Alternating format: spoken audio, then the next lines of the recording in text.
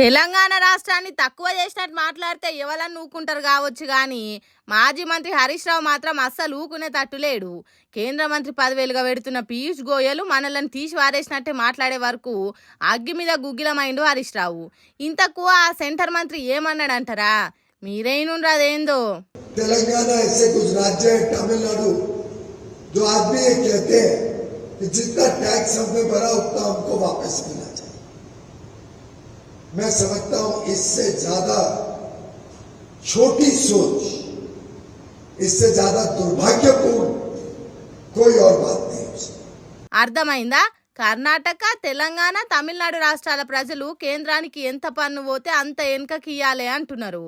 అది ఎంత నీచమైన ఆలోచన, అది ఎంత తక్కువ స్థాయి తెలివి, అది ఎంత పనికిమాలిన ఆలోచన అన్నట్టు చోటీ సోచ్ అని హిందీ భాషలో అంటున్నాడు. ఇక అది చూసిన హరీష్ రావుకు కోపం వచ్చినట్టున్నది. శీరీష్ ఇంత గట్టినంత పని చేసిండు ట్విట్టర్లా.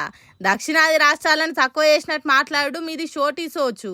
దక్షిణం ఉన్న రాష్ట్రాలు డెవలప్మెంట్లో ముందున్నాయి, జనాభా కంట్రోల్ చేసుట్లా ముందున్నాయి, దేశం ముందటికి పోతున్నది. మీ సెంటర్ సర్కార్ చేసుకునే ప్రచారానికి ఈ చోటీ సోచ్ రాష్ట్రాలు కూడా కారణమే అన్నట్టు ట్విట్టర్లో గట్టిగా గరమైండు. రాష్ట్రాలకు రావాల్సిన పన్నుల పాలును సెన్సు ఛార్జీలు, సర్ఛార్జీల పేరుతోని సెంటర్ సర్కార్ మలుపుకుంటున్నది.